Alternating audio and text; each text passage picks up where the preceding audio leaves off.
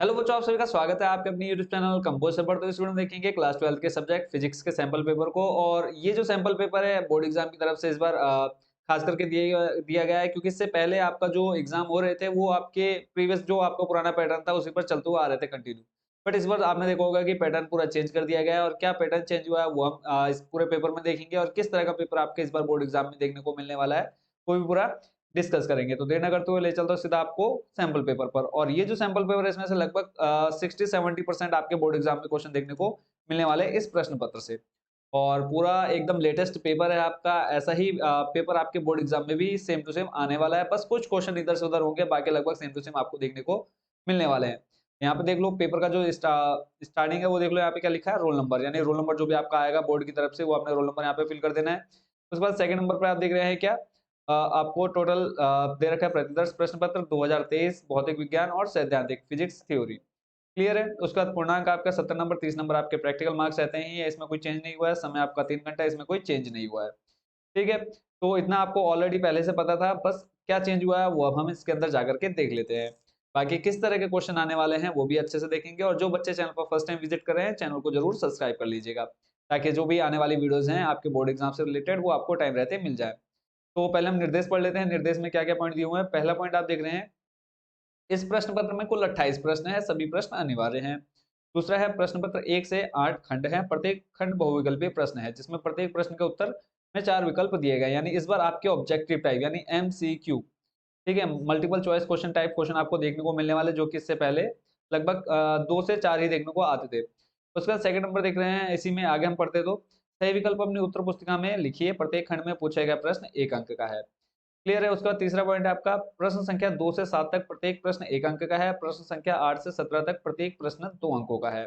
प्रश्न संख्या 18 से 25 तक प्रत्येक प्रश्न 3 अंक का। प्रश्न संख्या 26 से 28 तक प्रत्येक प्रश्न 4 अंकों का है। चौथा पॉइंट आप देख रहे हैं, प्रश्न पत्र में समग्र में कोई विकल्प नहीं है, तथापि 2 अंकों वाले 2 प्रश्न, 3 अंकों वाले 3 प्रश्न और 4 अंकों वाले सभी प्रश्न आंतरिक उनका विकल्प प्रदान किया जाएगा। ऐसे प्रश्नों में केवल एक विकल्प का ही उत्तर दिया जाएगा। जहां पे आपको और या अथवा करके क्वेश्चन देखने को मिलेगा, वहां पे उन दोनों में से आपने कोई एक करना है। क्लियर है। नेक्स्ट चलते हैं आपका, इसमें बोला है कैलकुलेटर का उपयोग की अनुमति नहीं है, कैलकुलेटर यूज नहीं करना है। उसके बाद नेक्स्ट है, जहां आवश्यक हो आप निम्नलिखित भौतिक नियतांकों का उपयोग कर सकते हैं। यहाँ पे आपको सी की वैल्यू दे रखी है, एच की वैल्यू दे रखी है, ई दे रखा है, म्यू नॉट दे रखा है, के दिया हुआ है। ठीक है। एन ए यानी अवोगाद्रो संख्या दे रखी है, बाकी 1/4 पाई एप्सिलॉन नॉट का मान दिया रहेगा।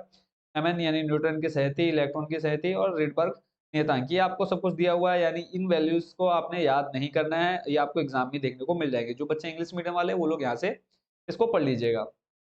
क्लियर है। अब चलते हैं सीधा आपके क्वेश्चंस पर, जो कि आपके बोर्ड एग्जाम में इस बार क्वेश्चन किस तरह के पूछे जाएंगे और कितना इजी आपका रहने वाला है पेपर और कितना हार्ड, वो यहीं से आपको पता चल जाएगा।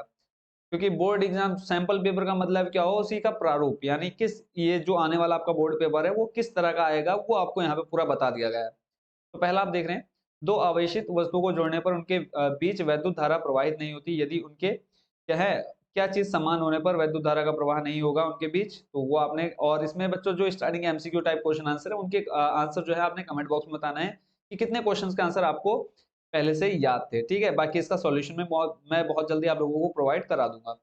चार ऑप्शन है, आवेश समान होता है, धारिता समान है, विभव समान है या फिर प्रतिरोध समान है। सेकंड नंबर पर चलते हैं, इसमें कहा है धातु का विशिष्ट प्रतिरोध या प्रतिरोधकता अधिकतर प्रभावित होता है। किससे प्रभावित होता है, तापमान से, दाब से, चुंबकीय क्षेत्र से या फिर आयतन से। थर्ड नंबर है, गतिमान आवेश उत्पन्न करते हैं। गतिमान आवेश क्या उत्पन्न करते हैं, केवल वैद्युत क्षेत्र उत्पन्न करते हैं या फिर केवल चुंबकीय क्षेत्र या फिर वैद्युत एवं चुंबकीय क्षेत्र दोनों या फिर विद्युत तथा चुंबकीय क्षेत्र दोनों में से कोई नहीं। तो इसका जो आंसर है कमेंट बॉक्स में आप जल्दी से कमेंट करके बताओ। चौथा है, लेंज का नियम किस भौतिक राशि के संरक्षण पर आधारित है। तो आवेश, ऊर्जा, चुंबकीय फ्लक्स, द्रव्यमान, चार ऑप्शन है, कौन सा सही है कमेंट करके बताएंगे। नेक्स्ट आपका फिफ्थ नंबर है, निम्नलिखित में से किस नियम को मैक्सवेल ने विस्थापन धारा को लागू करके संशोधित किया था। गॉस के नियम को, एम्पियर के नियम को, बायो-सेवार्ट के नियम को या फिर इनमें से किसी के नियम को नहीं। नेक्स्ट क्वेश्चन पर चलते हैं। सिक्स है, वायु के सापेक्ष कांच और जल के अपवर्तनांक क्रमशः 3/2 और 4/3 है। कांच का जल के सापेक्ष अपवर्तनांक क्या होगा, 8/9, 9/8, 7/6 या फिर 2। इसको आपने चेक कर लेना है। ठीक है। और चेक करके आप मेरे को बताएंगे कि इसका आंसर क्या आ रहा है आप लोगों का। और जब मैं आपको इसका सॉल्यूशन दूंगा तो आप लोग मुझे जरूर कमेंट बॉक्स में बताएंगे कि कितना आप लोगों का ऑलरेडी इसमें प्रिपेयर हो चुका है पेपर। नेक्स्ट चलते हैं आपका, 92 यूरेनियम 238 नाभिक में कितने इलेक्ट्रॉन निहित है? इजिली क्वेश्चन है, इसका आप आंसर बहुत ही आराम से दे सकते हैं, तो जल्दी से कमेंट करके बताएंगे। इसमें आपको ऑप्शन दिया है 92, 146, 238 या फिर 0। 7 नंबर आपका पी टाइप अर्धचालक में धारा का चालन होता है, किसके द्वारा होता है? परमाणु द्वारा, होल या कोटर द्वारा, इलेक्ट्रॉनों द्वारा या फिर प्रोटॉन द्वारा। नेक्स्ट चलते हैं प्रश्न नंबर 2 पर। प्रत्यवर्ती धारा स्रोत का तत्कालिक विद्युत वाहक बल E, जिसको हम E से डिनोट करते हैं, 300 sin 314 t द्वारा दिया जाता है। विद्युत वाहक बल का वर्ग मध्य मूल मान क्या होगा, ये आपने बताना है। थर्ड नंबर क्वेश्चन है, यदि स्लेटों के बीच की दूरी बढ़ा दी जाए तो यंग के प्रयोग में व्यतिकरण जो कि कोणीय चौड़ाई किस प्रकार परिवर्तित होती है, ये आपने बताना है। नेक्स्ट आपका है 4 नंबर, पराबैंगनी प्रकाश दो प्रकाश संवेदी पदार्थों पर आपतित होता है जिनकी कार्य फलन φ1 और φ2, ब्रैकेट में आपको दे रखा है φ1 less than sorry φ1 greater than φ2 है। इस स्थिति में उत्सर्जित होने वाला प्रकाश इलेक्ट्रॉन की गतिज ऊर्जा अधिक होगी, आपने बताना है। नेक्स्ट आपका 5 नंबर, उन दो घटनाओं को बताइए जिससे प्रकाश की कण कण प्रकृति की पुष्टि होती है। प्रश्न नंबर 6 है, रेडियो एक्टिव विकिरण परमाणु के किस भाग से निकलते हैं, यानी जो रेडियो एक्टिव विकिरण है वो परमाणु के किस भाग से निकलते हैं, आपको बताना है। सारे जो नंबर अभी तक देखे हैं एक एक नंबर वाले प्रश्न है आपके। प्रश्न नंबर 7 देख रहे हैं, एन टाइप अर्धचालक में बहुसंख्यक तथा अल्पसंख्यक आवेश वाहकों के नाम बताइए। नेक्स्ट आपका प्रश्न नंबर 8, 9 पिको फैराडे धारिता वाले 3 संधारित्रों को श्रेणी क्रम में जोड़ा गया है। संयोजन को 120 वोल्ट की सप्लाई में जोड़ा गया है। संयोजन की कुल धारिता तथा प्रत्येक संधारित्र पर आवेश की गणना कीजिए। ठीक है। नेक्स्ट है आपका प्रश्न नंबर 9, और जितने बच्चों क्वेश्चन मैं आपको बता रहा हूँ खुद से इसका सॉल्यूशन करने की कोशिश कीजिएगा। अगर नहीं आएगा तो जल्दी मैं आप लोगों को सॉल्यूशन भी इसका प्रोवाइड कराऊंगा, फिर आप वहां से जाकर के कंप्लीट सॉल्यूशन भी इसका देख सकते हैं। अगला है, दो बिंदु आवेश +9 इलेक्ट्रॉन एवं +E एक दूसरे से 16 सेंटीमीटर की दूरी पर स्थित है। इनके बीच एक आवेश Q को कहाँ रखा जाए कि वह संतुलन में हो। इसको आपने जल्दी से सॉल्व कर लेना है। और देखो ये क्वेश्चन आपका मोस्ट इंपोर्टेंट रहने वाला है, जो कि अब मैं क्वेश्चन नंबर 10 बता रहा हूँ। भंवर धाराएं बनने का क्या कारण है, इसका कोई एक उपयोग बताइए। 2 नंबर का प्रश्न है और इंपॉर्टेंट है, भवन धाराएं बनने का कारण या फिर भवन धाराएं किसे कहते हैं, ये भी आप अच्छे से याद कर लीजिएगा। नेक्स्ट आपका 11 नंबर, 500 फेरों वाली कुंडली जिसका क्षेत्रफल 100 सेंटीमीटर स्क्वायर है चुंबकीय क्षेत्र के लंबवत रखी जाती है। 0.1 सेकंड में चुंबकीय क्षेत्र 0.2 वेबर पर मीटर स्क्वायर से घटकर शून्य हो जाता है। कुंडली में प्रेरित विद्युत वाहक बल की गणना कीजिए। इसी के अथवा में आपको प्रश्न दिया हुआ है, किसी धारावाही परिनालिका के स्वप्रेरकत्व के लिए सूत्र निगमित कीजिए। अगले प्रश्न पर चलते हैं। प्रश्न नंबर 12, विद्युत चुंबकीय तरंगों की 4 विशेषताएं लिखनी है। 2 नंबर का प्रश्न है, तो आपने 4 विशेषताएं आई होप कि याद करके रखी होंगी। प्रश्न नंबर 13 है, संपर्क में रखे दो पतले लेंसों की संयुक्त फोकस दूरी के लिए सूत्र प्राप्त कीजिए। अगला प्रश्न है आपका 14 नंबर, 50 सेंटीमीटर द्वारक के अभिदृश्यक लेंस वाले दूरदर्शी की विभेदन सीमा कितनी होगी। अभिदृश्यक लेंस पर आपतित प्रकाश की तरंगदैर्घ्य लैम्डा इक्वल टू 6000 एंगस्ट्रॉम है। ठीक है, इसका आपने आंसर निकालना है। प्रश्न नंबर 15 मोस्ट इंपोर्टेंट क्वेश्चन, व्यतिकरण में विवर्तन में अंतर लिखिए। 2 नंबर का प्रश्न है आपका। इसी के अथवा में आपको दिया है क्वेश्चन, किसी प्रिज्म के लिए आपतन कोण तथा विचलन कोण के बीच ग्राफ खींचिए। प्रिज्म द्वारा किसी वर्ण के प्रकाश का न्यूनतम विचलन होता है, वो आपने निकालना है। प्रश्न नंबर 16, एक रेडियो एक्टिव पदार्थ 500 वर्ष में घटकर अपनी प्रारंभिक मात्रा का 1/16 गुना रह जाता है। रेडियो एक्टिव पदार्थ की अर्धायु ज्ञात कीजिए। अर्धायु आपने केमिस्ट्री में भी अच्छे से सीखी होगी और फिजिक्स में भी आपने अच्छे से सीख ली होगी। नेक्स्ट आपका 17 नंबर, पीएन संधि डायोड को अर्ध तरंग दृष्टकारी के रूप में कैसे प्रयुक्त किया जाता है। परिपथ आरेख की सहायता से इसकी कार्यविधि समझाइए। 2 नंबर में तो आपको शॉर्ट में ही इसको निपटा देना है। प्रश्न नंबर 18, वैद्युत स्थितिकी का गॉस का नियम लिखिए तथा इसकी सहायता से एक समान रूप से आवेशित अनंत लंबाई के सीधे तार के निकट वैद्युत क्षेत्र की तीव्रता के लिए व्यंजक प्राप्त कीजिए। क्लियर है, ये भी क्वेश्चन आपका मोस्ट इंपोर्टेंट रहने वाला है। एक बच्चों और ऊपर जो मैं आपको बता चुका हूँ उन क्वेश्चंस को भी आप अच्छे से तैयार कर लीजिएगा, जो इस बार आपके बोर्ड एग्जाम में 100% देखने को मिलेंगे। अथवा में आपको क्वेश्चन दिया है, संधारित्र किसे कहते हैं। एक समांतर प्लेट संधारित्र को बैटरी से आवेशित किया जाता है। बैटरी का संबंध संधारित्र से विच्छेदित करने के उपरांत प्लेटों के बीच की दूरी दुगनी हो जाती है। निम्न पर क्या प्रभाव पड़ेगा।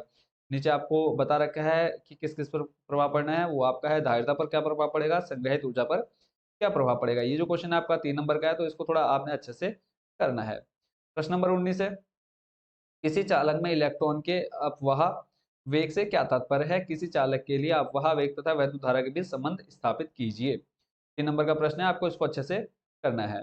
20 नंबर है, परिपथ बनाना है इसमें।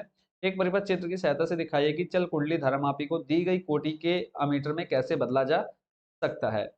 नेक्स्ट है आपका और करके इसी का किसका 20 नंबर का, भू चुंबकत्व के विभिन्न अवयव क्या हैं, उनके बीच आपस में संबंध का सूत्र लिखिए। अगले प्रश्न पर चलते हैं। प्रश्न नंबर 21, 60 हर्ट्ज आवृत्ति व 200 वोल्ट के प्रत्यावर्ती धारा स्रोत के श्रेणी क्रम में 1/पाई एच का प्रेरकत्व तथा 50 ओम का प्रतिरोध जोड़ा जाता है। परिपथ में प्रेरण प्रतिघात प्रतिबाधा तथा वोल्टेज व धारा के बीच कलांतर ज्ञात कीजिए। 3 नंबर का प्रश्न है। थोड़ा सा इसका जो आंसर है थोड़ा लॉन्ग में जाएगा, तो इस क्वेश्चन को आप अच्छे से कर लीजिएगा। इंपॉर्टेंट है, इस बार आपके बोर्ड एग्जाम में देखने को मिलेगा ये क्वेश्चन। अगला चलते हैं 22 नंबर हाइगेंस और स्नेल, इन दोनों को आप अच्छे से याद कर लीजिएगा, मोस्ट इंपोर्टेंट रहने वाला है बोर्ड एग्जाम में। हाइगेंस सिद्धांत के आधार पर अपवर्तन को समझाइए तथा स्नेल का नियम निगमित कीजिए। इसी के अर्थों में आपको प्रश्न दिया है, कांच जहां पे आपको दे रखा है n बराबर 1.5 के द्वि उत्तल लेंस की दोनों वक्रता त्रिज्या 30 सेंटीमीटर है।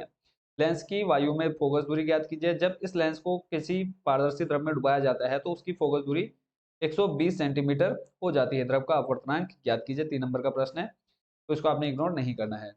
प्रश्न नंबर 23, प्रकाश विद्युत प्रभाव संबंधी आइंस्टीन का समीकरण 1/2 mv² maximum equal to h bracket में v माइनस वी नॉट की स्थापना कीजिए। इस समीकरण के आधार पर प्रकाश विद्युत प्रभाव के नियमों की व्याख्या कीजिए। ठीक है, और इसमें एक चीज चेक कर लेते हैं कि ठीक से रिकॉर्डिंग हो रही नहीं हो रही। कई बार ऐसा हो गया रिकॉर्डिंग करते करते बीच में कॉल या मैसेज आने पर रिकॉर्डिंग रुक जाती है, तो इस बार चेक करना भी जरूरी हो जाता है।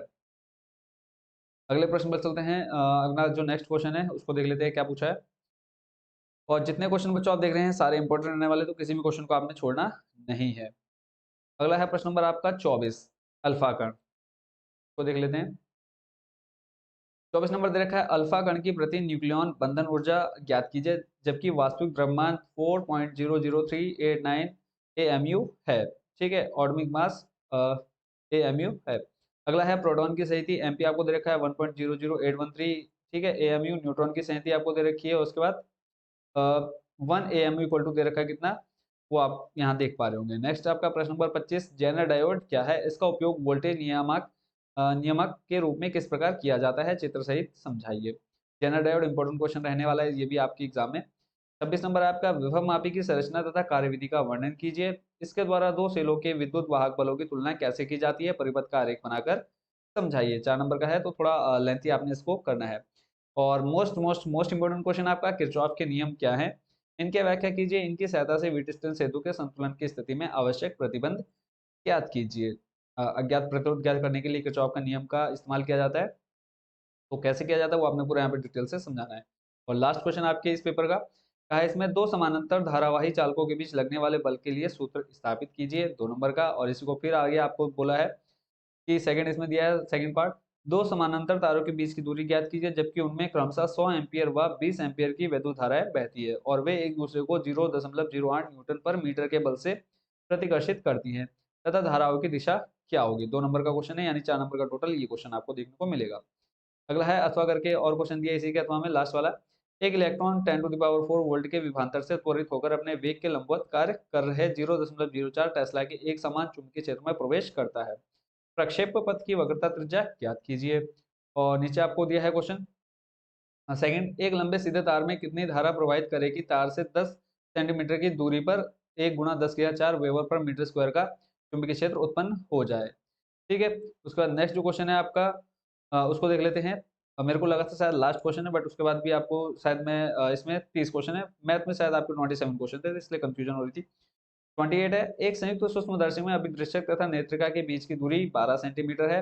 अभिदृश्यक की फोकस दूरी 0.6 सेंटीमीटर तथा नेत्रिका की फोकस दूरी 5 सेंटीमीटर है। यदि स्पष्ट प्रतिबिंब नेत्रिका की बाईं ओर 25 सेंटीमीटर प्राप्त होता है तो ज्ञात कीजिए। क्या निकालना है, पहला है वस्तु की प्रारंभिक स्थिति, दूसरा है सूक्ष्मदर्शी की आवर्धन क्षमता निकालनी है। इसी के अथवा में आपको प्रश्न दिया है, खगोलीय दूरदर्शी का किरण आरेख बनाइए तथा इसकी आवर्धन क्षमता का सूत्र स्थापित कीजिए। ठीक है, इसी के साथ बच्चों आपके इस सैंपल पेपर के सारे जो इंपॉर्टेंट क्वेश्चन आपने देखे वो हो चुके हैं कंप्लीट। और इसमें टोटल आपके 28 क्वेश्चन थे, और 28 जो क्वेश्चन है उनको किस तरह से आपको पार्ट में डिवाइड किया गया है, कौन कितने मार्क्स का, वो आपने पूरा देख लिया। बस आप लोगों से उम्मीद करता हूँ कि इस पूरे क्वेश्चन पेपर को आई होप कि आप अच्छे से सॉल्व कर रहे होंगे और पूरा अच्छे से तैयार होंगे आप बोर्ड एग्जाम के लिए। और आप सभी को बेस्ट विशेस आपके बोर्ड एग्जाम के लिए, अच्छे से मेहनत करते रहिए और बहुत अच्छे मार्क्स लेकर के आइए बहुत जल्द मिलेंगे नेक्स्ट पेपर के साथ और इसका सॉल्यूशन भी आपको बहुत जल्दी प्रोवाइड करा दूँगा। तो मिलते हैं बहुत जल्द नेक्स्ट वीडियो में। थैंक यू सो मच इस वीडियो को देखने के लिए और जो बच्चे चैनल पर फर्स्ट टाइम विज़िट कर रहे हैं, चैनल को ज़रूर सब्सक्राइब कर लीजिएगा ताकि जो भी आगे आने वाले टाइम में आपकी वीडियोज़ आएँगी बोर्ड एग्ज़ाम से रिलेटेड, वो आपके पास टाइम रहते पहुँच सके। तो और आप सभी को टाटा बाय-बाय और मिलते हैं नेक्स्ट वीडियो में। Thank you so much watching for this video.